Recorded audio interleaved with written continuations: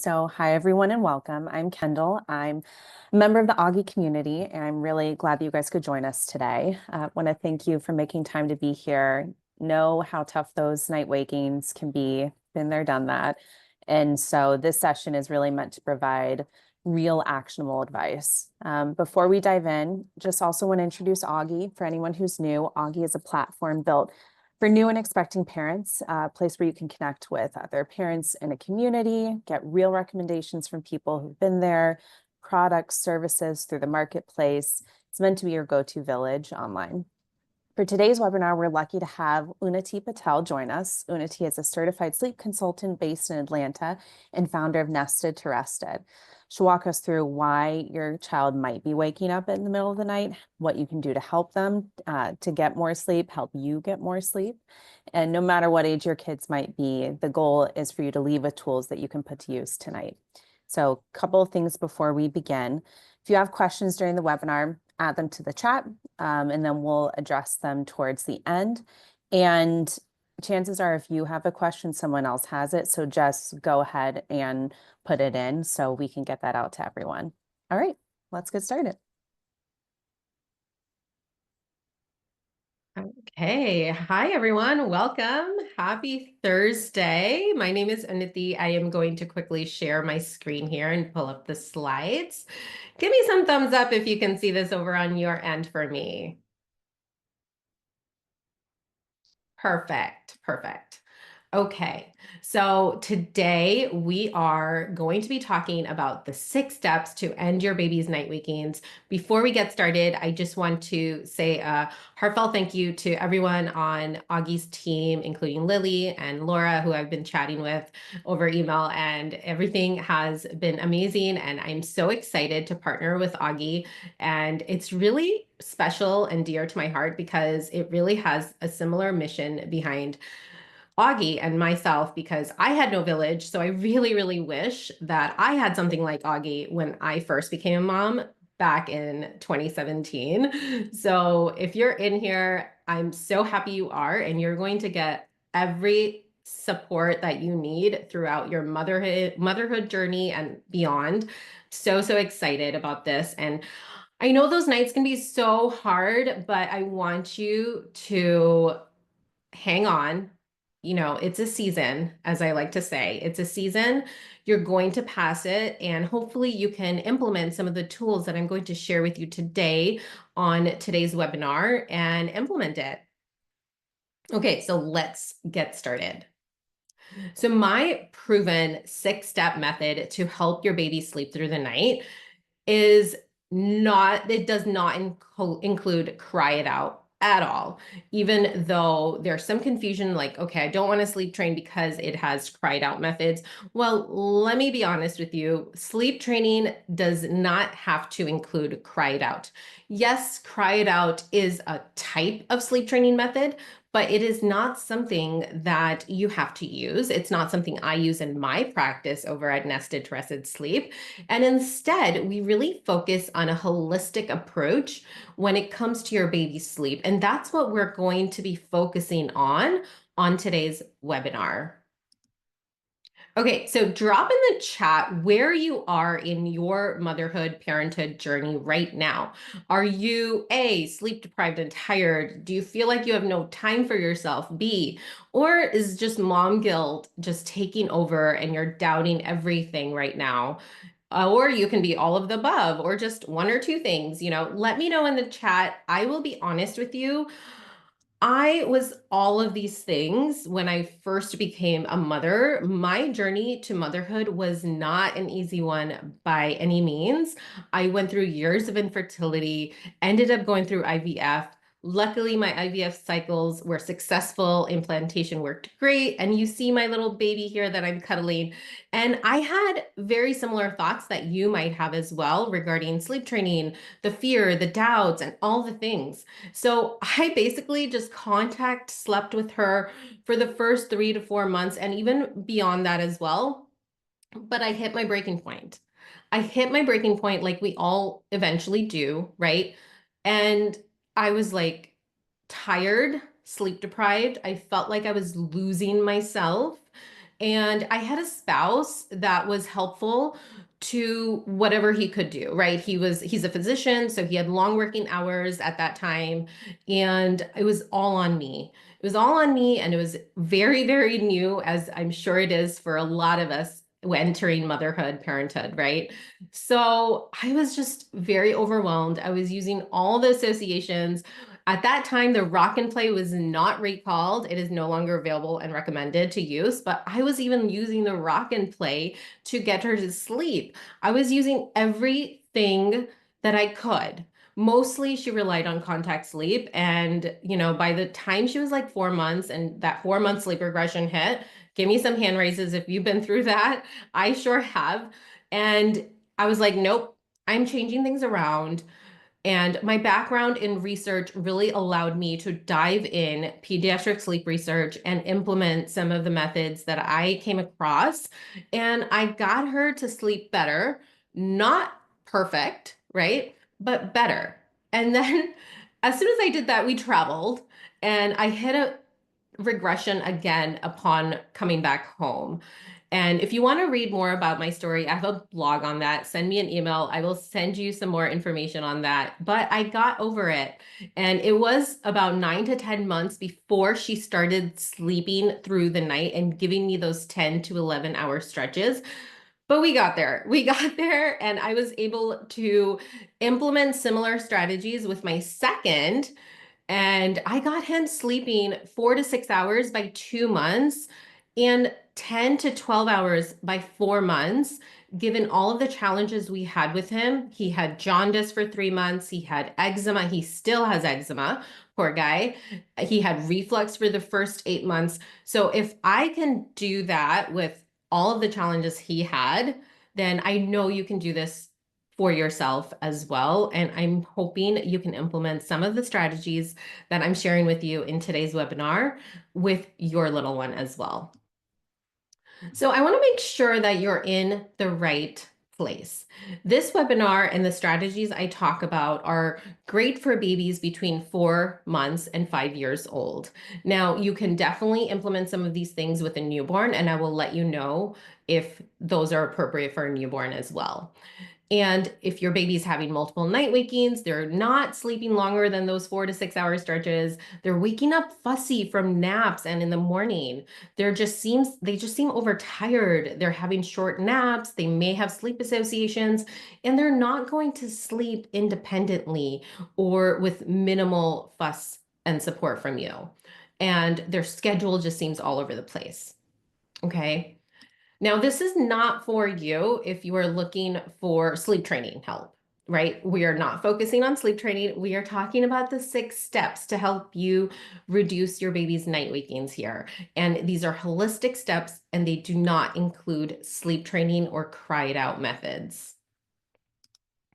So hi again, I'm Unnati, and I am a pediatric sleep consultant. Before I became one, I was an epidemiologist with the CDC and the VA doing randomized clinical trials for over 8 years. I dropped that for motherhood, and I started this after my own sleep struggles with my kiddos. And I I take a holistic approach to my methods, and I keep science in mind as well, being from a science background. So other than that, I love my coffee. I've already had a glass. I'm going to have another one after this. I love my trashy TV, so give me some thumbs up if you do too. I am an IVF mama of 2, like I said before. Send me a message on Instagram. That's where I'm active the most, and let's connect and stay connected that way. So today's webinar is going to be focused on night wakings. These are all the things that we're going to be talking about during this webinar. So stick with me here. So before we talk about night wakings, we really need to know what the definition of a night waking is. It's basically any wake up that your baby has between bedtime and the morning. And there is a caveat, because there's a thing called a false start that usually happens within the first hour of bedtime. So that is the distinction between a false start and the rest of the night wakings. So let me know in the chat if your baby is having a false start where they're waking up within the first 60 minutes of putting them down for bed, or if they're just having night wakings throughout the night and how many night wakings they're having so I can get to know your sleep situation a little bit better. So why do night wakings happen? So like I said, there could be a number of reasons why they're happening. And here I've listed out a couple of them. And environment is a big one, right? Schedule being off is another one. So I want you to take, you can take a screenshot or, of this and go through this checklist. Make sure you have addressed all of these issues. Sleep associations, another big one. Nutrition. If your baby is waking up numerous times throughout the night hungry, then you want to try to shift those nighttime ounces to the daytime, especially if your baby has been given the green light from their pediatric care provider that it's okay to drop their night feeds. Other things that cause night wakings are separation anxiety. They could be sick. They could go through teething. Teething like goes on for the first 2.5 years. So it could cause sleep regressions to happen periodically. So just be aware of that. They could have night wakings because they have a dirty diaper or they maybe had shots that day and things like that. So just be mindful, go through this checklist. I'm going to click on those again in case you missed it. So here it is, take a screenshot of it, go through this checklist. We are going to be talking about a lot of these issues on today's webinar in more detail as well. So hopefully you can take away some nuggets of that and implement it today. So let's talk about step one. These are the 6 steps that we're going to be talking about. Step 1 is environment. You want to make sure the room is dark. I'm going to give you an example of how dark a room should be in the next slide. And then you want to make sure and use a sound machine. My favorite personal one is the Hatch, just because it grows with your baby and you can utilize it from newborn to toddler to preschooler, and it's easy to travel with as well. You want to also make sure that the white noise that you're using is around 50 decibels and it's about 4 to 6 feet away from your baby's sleep space, and there's no cords around their crib, right? Safety first, please. You want to also make sure that their sleep space is boring. Anything too stimulating, maybe flashy lights, if you have a crib mobile, if you have those like, I don't know, I even used those, I think it's by Baby Einstein, the little like fish pond thing that attaches to the crib. I even bought one of those and then I later realized that that was actually stimulating her. So I don't advise on using those either. Keeping it very boring is ideal. I know we all have those Pinterest boards created for our ideal pretty nursery, but honestly, your baby does not need it. We do those kind of nurseries, and I'm guilty of that too. I did that for my daughter. We do that for ourselves and less for them, right? You want to also make sure that the temperature is ideal. The cooler, the better. Now, don't go over 72. And turn on that fan if you have one in that room where they're sleeping in. I will be honest, I had to turn up our AC, and I'm in Atlanta, to about 60, 62, and that's my daughter's ideal temperature. And right now we still sleep around 65 degrees at night. So the cooler, the better. Just, start at a number and work your way down. Maybe start at a 70 and work your way down from there to see if that helps any. Just be mindful that depending on the season, you will need to use a humidifier in their room as well to help prevent any extra dryness from happening in their room.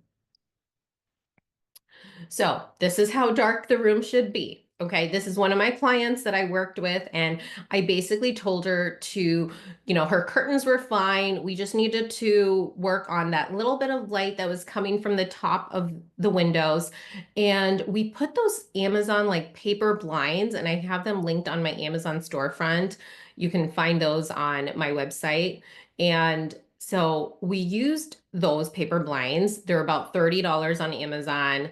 And you can utilize them for travel and like 8 or 10 windows throughout your house. So they come out to be very, very cheap if you like put it on several windows, and they travel great, and it's literally tape on. So you can tape them on, tape them off, you can fold them, and they work great, as you can see in this picture. So step number 2 is routine. Now, we all thrive on a routine, not just kids. We as adults thrive on routine and structure and a schedule and all the things as well, right? So our baby needs that too. And today I'm going to be sharing with you an ideal routine, and hopefully you can implement that if you don't have one already.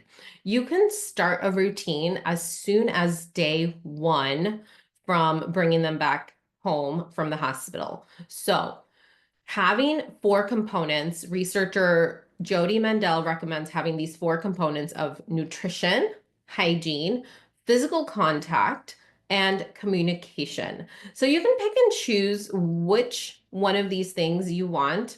You can do all of them or a few of them. It doesn't really matter as long as you stay consistent and have a component from all 4 of these things. Now, I do want to share with you one hot tip that a parent did, and she experienced sleeping through the night moments with her little one right away. The only thing she changed after viewing this webinar that I held earlier is that she shifted her feeding to the top of the routine. And that's one thing I recommend all the time, especially if your baby has a feeding to sleep association, is to offer the feeding before or after bath. Obviously, baths are not required every night, but try to start with a feed or offer it after a bath. And that ensures that your baby is getting a full feed, and B, that they're reducing their chances of falling asleep and dropping that feeding to sleep association. So that is one tip that you can start doing today and hopefully see some progress as well on your end with your baby's sleep. And then if your baby's sleep association to feeding is very strong, I recommend offering that full feed at the top of the routine and then maybe saving some or continue to nurse at the end just to help get them to sleep through as well. Okay. Now, a daytime routine can be structured in 2 ways. Obviously, we've all seen that eat, play, sleep routine, right? So hopefully you can work towards that. But I'm here to tell you that it is totally okay to do an eat, play, eat, sleep routine. And I actually recommend this for 2 reasons. If your baby is waking up from a short nap due to hunger, so you're able to give that second feed to them before they sleep and top them off to help reduce those short naps. And then it also helps fill their bellies up more throughout the day, especially if you're trying to shift those nighttime ounces to the daytime. Okay, and so I recommend an eat, play, eat, sleep routine for babies under 6, 7 months. And then once you're past that age, really focus on that eat, play, sleep routine. Now, if your baby does not have short naps, they're fine with nutritional intake during the day, then you can just stick to that eat, play, sleep routine. Okay, so nutrition. How much does your baby actually need throughout the day? So, feeding on demand is obviously an option, right? And I'm all for that, except one thing that you want to look out for is snacking. If you find your baby snacking every 20, 30, 40 minutes throughout the day, and that's really causing those sleep issues and those night wakings to happen, then it might be an indication that you need to get on a set schedule of feeding frequencies throughout the day. Now, you can grab a sample sleep schedule on my website or send me an email. I have my contact at the end of this, and it will give you a sample schedule which has a schedule with feeding and sleep and all that to get you started. But I would say aim for feeding about every 2 to 3 hours to start, especially if your baby is snacking throughout the day. Okay. Goal is to have them eat about 1 ounce per hour for a 24-hour period. So aim for a minimum of 24 ounces from the time they wake up in the morning till the time they go to sleep at night. Okay. And then if you find yourself, maybe your baby's having 16 ounces during the day and then 8 or 10 throughout the night, you really want to focus on shifting the nighttime to daytime. Okay.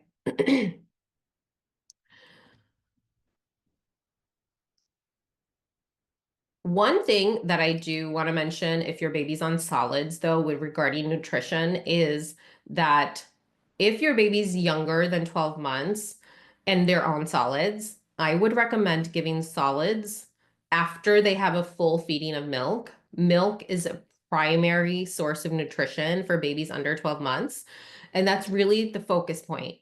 Okay, solids is great to give after they have a full serving of milk. So just keep that in mind. Just because they start solids does not mean those 24 ounces minimum per day decreases. It should still remain the same. Okay.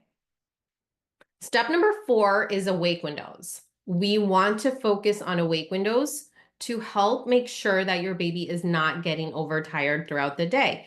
We also want to ensure that they're getting total daytime sleep that their bodies need to feel well rested. How many of you may have heard that, oh, just keep them up all day and they'll sleep great at night? I'm guilty of that. I did that. I listened to someone who gave me that advice, and that was a horrible advice. Because I was just so desperate. I was like, okay, I'll just keep her up. And yeah, that backfired. But you want to focus on awake windows, get them to sleep throughout the day. The more sleep they get during the day, the better. Okay, just keep that in mind. A well-rested baby will have better nights. Awake window definition really changes after that 4-month regression period is over. So just keep that in mind that awake windows when they're a newborn is when eyes are open till eyes are shut. Why? Because a lot of the times in those newborn months, they're sleeping on you, maybe while they're feeding, while you're holding them, maybe they're in a wrap. So it's really hard to tell. They're constantly in that drowsy state. But after that 4-month regression hits, that awake window changes. The awake window starts when lights turn on, and the awake window ends when lights turn off. Okay, and I will talk about more about that in a little bit.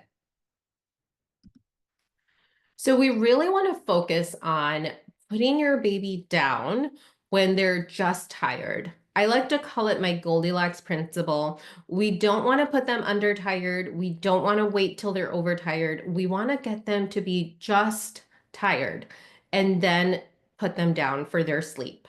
Okay, another great screenshot to take over here.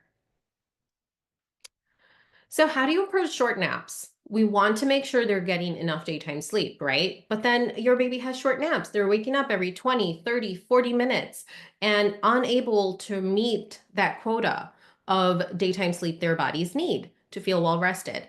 And so what you can do is implement a crib time when they wake up from that short nap and are fine, right? They're not fussy, they're not crying, they don't need you. You can let them be in their sleep space and wait it out a little bit, right? They're still in that nap window because, again, when does that awake window start? It starts when lights turn on. So if you're not attending to them, even though they're up, they're still resting in the dark with the sound machine on and all the goodness, right? And then let's say you do crib time for about 10 minutes and then they start crying and they're fussy. You can go in and soothe them as needed or implement your sleep training method of choice if that's something you've started doing with your baby.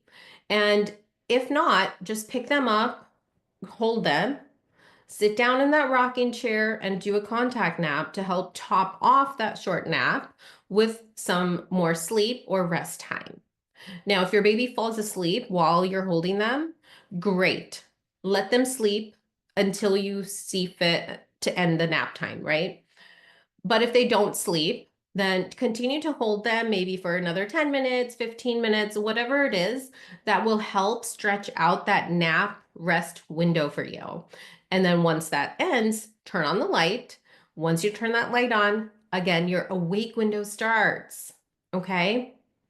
Now, let's say you hold them and they're just really fussy and your arms still, maybe they're just hungry or they have a dirty diaper, things like that. Well, then that's your indication. Let's just end it. Let's turn on those lights. Let's change that diaper. Let's give them some milk and all the things, right?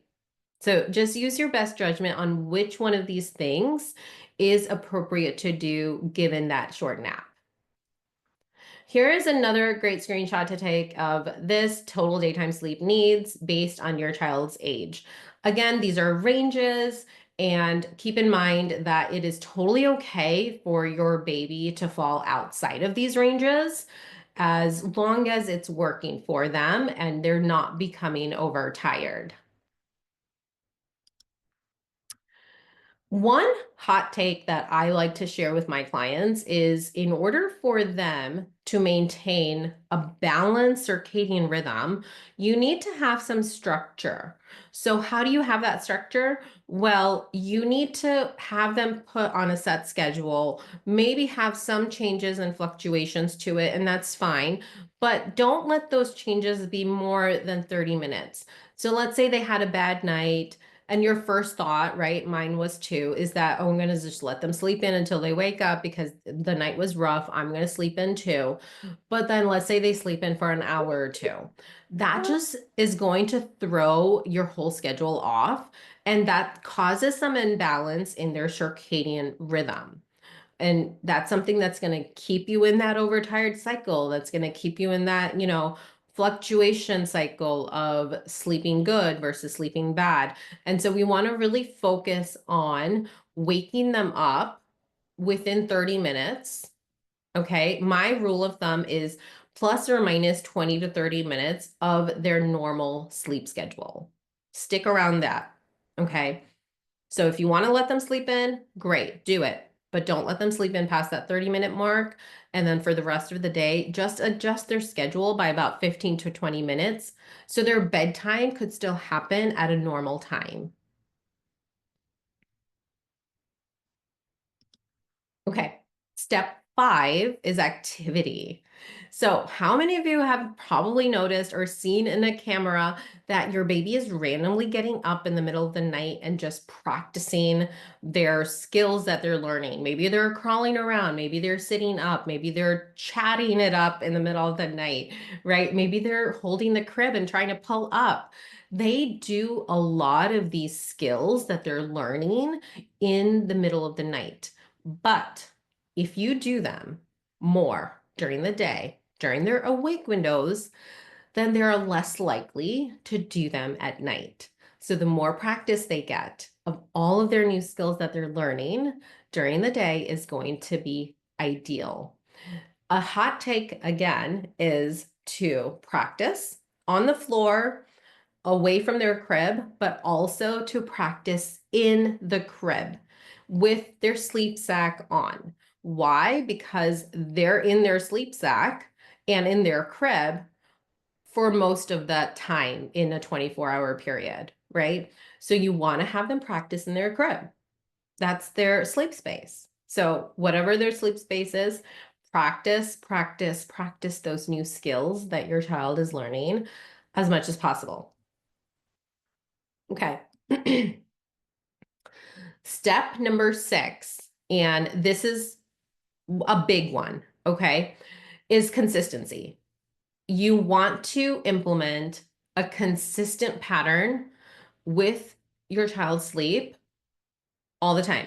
So whether that's schedule, whether that's routine, whether that's how you address their wakings from a short nap, whether that's how you address their wakings from a nighttime waking, whatever it is that you're doing, you want to consistently do it as long as it's working in your favor. So I know you've probably consistently implemented sleep associations and that was working, but it may not be working anymore. So you want to be mindful that you're consistently implementing strategies that are working in your favor of allowing your baby to give you those long 9, 10, 11, 12-hour stretches at night, right? Another thing you can be doing is to really focus on like creating a schedule that has some balance. So maybe getting outside during that last nap of the day because it's the shortest one, giving yourself that freedom and break from the house, right? We're in the house most of the day. Let's get outside, especially with it being warmer weather, and enjoy those days, enjoy those evenings, get outside for a stroller walk, have that last nap be on the go, and really structure your baby schedule around your lifestyle rather than the other way around. Believe me, I was doing it the other way around where I was like, nope, not leaving the house. Nope, I can't do it. My baby's napping. Nope, I can't do it. I was saying no to so much stuff. And I was really structuring my lifestyle around my baby's sleep. And you know what? It doesn't have to be that way. It does not have to be that way. So as long as you have some consistency, 80-20 rule, right? 80-20 rule is your best friend here. Have that consistency, but also give yourself that grace to go on that walk, to maybe run an errand, to have that lunch date with your friend, right? So just keep that in mind. Consistency is important, but allowing yourself to have that grace and flexibility is more important. So that is my holistic approach to better sleep. Hopefully you took some nuggets away, and let me know if you did and what your biggest takeaway was. We are going to also be chatting about some sleep associations and how to tell if your baby has them. Associations are props, crutches, habits, all the things that you might have heard. And they're really dependent associations. Why are they dependent? Because they depend on you. Your baby depends on you to do the action, right? And we want to work towards moving towards the independent ones. And they will really allow you to have that flexibility to have your baby go to sleep independently, right? And how do they form? Well, they form in the first few months of life when you are maybe just contact napping with them. Maybe your baby's going through a regression and you need to go back to rocking them to sleep. Maybe you're traveling and you need to co-sleep. Maybe your baby is sick and you just need to go back to contact naps, right? So whatever the situation is, they are dependent on the situation. They could come back. Even for a sleep trained baby, you can bring back associations as needed, and then you can take them away, right? Fade them out, as I like to use the fading method to fade them out. And then you can get back to having an independent sleeper who's going to give you those long stretches of sleep at night. Now, how do you know if you're ready to drop these associations that your baby might have? Now, this is a great screenshot to take and ask yourself all of these questions. There's 7 questions, 2 more on the next slide. Are you tired? Are you exhausted? Are you not able to sleep at night? Or is your baby waking up every hour or two, relying on you to go back to sleep? Are you unable to do anything? Maybe you have another child at home that you're unable to attend to because you're constantly stuck in the nursery, rocking your baby or doing a contact nap, things like that. Is your baby overtired? Because remember, even though your baby is sleeping on you, it might not be the most restful sleep for them. And that's why they're still overtired, showing that fussiness, right? So, in order for them to get that restful sleep, they need to really sleep independently, especially if it depends on their temperament. I do keep in mind the baby's temperament. Some babies just sleep better on their own, whereas some prefer the contact sleep. And so when you work with me, I really get to know your baby's temperament, your family's values, and we really work on implementing strategies and sleep training methods that align with everything. And we take a holistic approach. So how do you improve night wakings? So first step is to implement the first 6 steps that we talked about. Then you want to break those overtired cycles by implementing those short nap strategies that we spoke about, making sure your baby is getting enough daytime sleep that their bodies need. Okay. And then step number 3 is to drop sleep associations if you are ready. The key is you are ready. You have to be ready. You have to be ready to let go of those contact naps. Now, not all of them. You can still hang on to them, right? You can bring it back after you have an independent sleeper and then just do it those 20% of the time, right? 80-20 is the rule. So, dropping those sleep associations, working on sleep soothing, sleep training methods as you know you want to. Sometimes I've seen in my practice that families just do the first 3 things and they don't even have to sleep train their babies. Like I shared earlier on this webinar that I had someone attend this webinar when I gave it in the past. They implemented just that feeding switch in the routine and their baby slept through the night, right? So it's not even that you have to sleep train. Not all babies need to be sleep trained, and it's not meant for all babies. So taking a holistic approach, doing all of these things that were mentioned earlier on this webinar will really, really help give you those small wins that you can celebrate with your baby. So I get this question a lot. Can I sleep train without using cried out? And like I said, yes, yes, yes, you can. You can be responsive. You can be in the room. You can be out of the room. You can use whatever methods that you see fit based on your baby's temperament and what is okay with you. Now, the science behind gentle sleep training is out there. I have a few articles here linked. If you want to take a deep dive on reading all of them, send me a message and I will send you the links to all of these articles. But the key is that you could take a responsive, structured approach, and there is not one size fits all thing when it comes to sleep training your baby. Okay, you don't have to choose between sleep and secure attachment. You could have them both. Okay. You could have them both. I will say that again. You could have a secure attachment with your child and have a well rested baby. Do you remember when I shared earlier that my 5-year-old, I sleep trained him using these 6 steps and a gentle approach? And he was giving me those 10 to 12-hour stretches by 4 months. Well, that boy is still an independent sleeper and he is so attached to me. If you have seen me on Instagram in my stories, you know how attached that little boy is to me and his dad. And we have not lost that secure attachment at all. Okay. Okay, how to take a holistic approach to better sleep. Hopefully you took away some nuggets and will implement what we shared on today's webinar. So I want you to make sure and implement it. Know that you're not alone. You can send me a message on Instagram at any time and I'm here to help you. I, just want to help. I created my business Nested to Rested Sleep because I didn't have a village, like I said earlier, and I want to be that village for as many people out there as possible. And yeah, you always know what is best for your baby and family. Just remember this. And I tell this all the time to my clients that you could read what is shared on forums. You could, even take in what I've shared on this webinar today. But at the end of the day, you always know what is best. So listen to your mama instinct, listen to your parenting instinct, and always do what's best for your baby. So thank you. If you found this helpful, I'd love to hear from you. My contact info is here. You can send me a message over on Instagram as well. That's where I'm most active. My Instagram handle is Nested to Rested Sleep. And yeah, sorry, there's a little typo here. But it's Nested to Rested Sleep.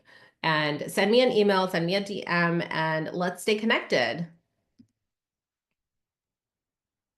Thanks, Unity. So wanted to first, I think a few things that I heard that are different from other sleep training webinars or websites, blogs. One, proper white noise is 50 decibels. I think getting that specific is super helpful. Practicing their new skills both in and out of the crib. Hadn't heard that before, and I think that is super interesting. The 80-20 rule for consistency, allowing yourself the flexibility. I think is great. Parents shouldn't need permission, but it's nice that you're giving them that. The idea of independent versus dependent sleep associations, I think that's super interesting to think about. And then you don't have to choose between sleep and a secure attachment. I think that's I think that's reassuring. So wanted to call out a few questions from the chat, and if anyone wants to add more, please feel free. I think one is, how can we promote consistency when a baby is in daycare and you're unable to have a routine or maybe even a general one? Yeah, so daycare babies are, hard to sleep train because a lot of it is inconsistent. It does take some time. It's not impossible, but you have to work with your daycare. You have to be honest, like, hey, listen, my nights are really bad. If you can do like A, B, and C, here's a sample schedule. Here are some processes you can do if they wake up from a short nap. See what they are willing to do, obviously, but the more open communication you have with your daycare, the better. Some of them are super willing to do these steps, whereas others are not. So as long as you communicate with them, and then if they're not able to and schedule is all over the place, my secret sauce for daycare babies is doing that early bedtime. I have had babies in daycare do a 6 o'clock bedtime and sleep through the night. Okay. So I know 6 o'clock seems like a lot earlier, given that sometimes babies are even picked up from daycare around that 4:30, 5 o'clock point, and then parents are like, oh, we don't even get time with them as much. So just do what you can, do that earlier bedtime when you can, and then make up for that on the weekends when it is in your control, when you could have a better structure to your schedule. Stay in, again, 80/20, right? Maybe stay in where that nap 1 or 2 is a solid, good nap, and then come back for an early bedtime at home as well. So do whatever you can on the weekends. If daycare is unwilling to support you in your sleep training journey, then do that early bedtime if it's possible. So thinking about the bedtime, let's say maybe most folks are aiming for around a 7 p.m. When should you wake them up from that last nap? So maybe it doesn't, quote, interfere with bedtime. And how early do you start the bedtime routine, kind of the four-step method you mentioned? Yeah, so you want to wake them up. So the wake windows vary based on age. So for a child, let's say they're 6 months, then you want to wake them up at least by 4:30, the latest, from that nap 3, and then maybe do bedtime around that 6:30 point. And how long does it take to do that wind down routine? So the routine should only take about 20 to 30 minutes. I wouldn't stretch it out longer than that, just because you want to have some consistency. You want to have, like, it's a wind down period, right? So you want to keep it soothing, relaxing. I like to say, like, think of it like a spa like environment. So dimming the lights. If you don't have a dimming switch in your child's room where you do the routine, install one so you can start dimming the lights in the room as the routine progresses. That way it really allows them to, like, kind of get drowsy, and melatonin production starts happening and all the things. So really start focusing on having that routine, finding what's working for your family and your baby. And just remember, it doesn't have to be like an elaborate, lengthy process. Keep it short and simple. So thinking about some of the sleep associations and the ones that are more dependent, like nursing or a pacifier, is there a certain age when you should think about weaning off of that? Maybe how can parents not feel guilty about it? I know you also mentioned that part of the kind of slowly fading them off of it is also when you're ready. Hmm. Yeah. So age wise, I would say hang on to them when they're newborns for sure. But then let's say you are nursing them to sleep and then 3 months hit and you have to go back to work in the office, right? You're not going to be able to nurse them to sleep. And another caretaker is going to need to put them to sleep and watch for them. So in that situation, I would probably start weaning them off a few weeks before you're having to start work again. And that way, you have maybe another association you work towards, maybe just rocking because that's easier for another caretaker to do. And then once you are fully ready to work on independent sleep, you can fade out that rocking association that your baby might have and work towards putting them down awake eventually and getting them to be an independent sleeper.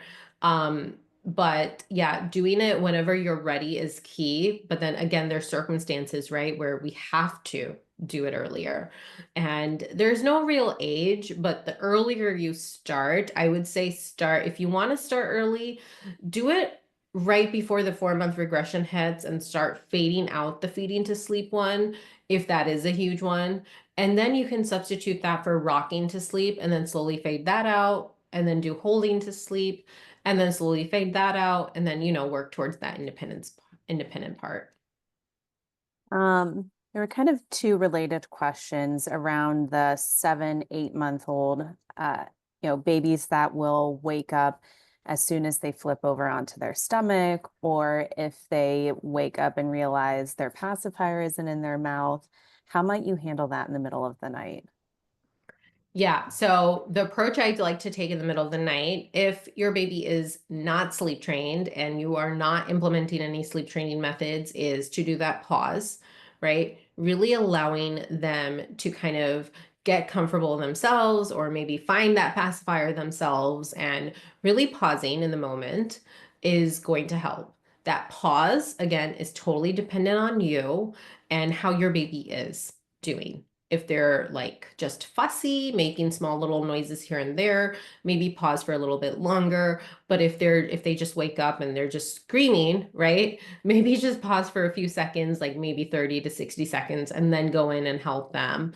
But initially just pausing is going to help so, so much. And for the parent who asked about a sleep association with pacifier, I still, and from my opinion, as the mom of a 2-year-old, 8 months is still young and you have time. My son, unfortunately, now has kind of a similar sleep association after getting sick. And at this point, we're just letting him have it for a bit because it just makes our lives easier. So, um, thinking about feeding, is there, I know you mentioned that the pediatrician will maybe give you an indication when you're ready to drop night feeds.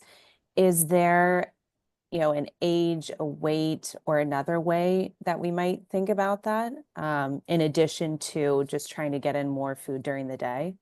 Yeah, great question. So I have three criterias. The first one I already mentioned, like you need the okay and green light from your pediatric care provider. The second one is you want to make sure your baby is at least 6 months of age. And then the third one is that they have close to near doubled their birth weight.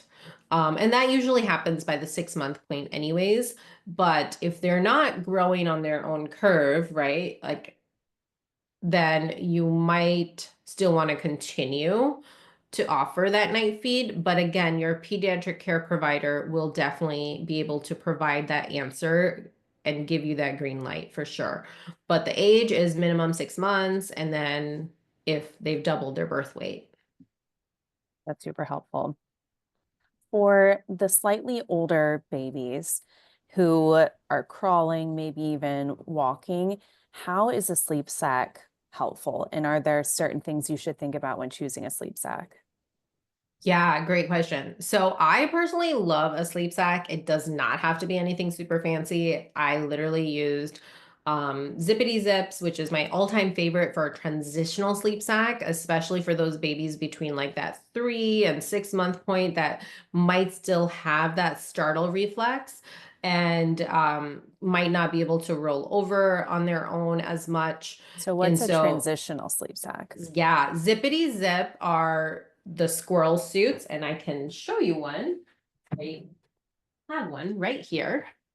So this I'm sure you've seen, but there is it's called a zippity zip, and they really help hold the arms in. So like your baby's not like waking up from the startle reflex. And so those are great. Another great brand is the Love to Dream brand that has um that capability as well, where it just helps in that transition phase.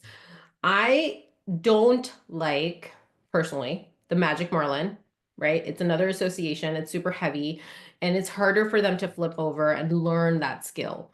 So you want something light and movable at the same time. So that's why the Zippity Zip is super nice. Another sleep sack that I like outside of that transitional phase is the Burt's Bees one. It's super cheap on Amazon. It's like $15-20.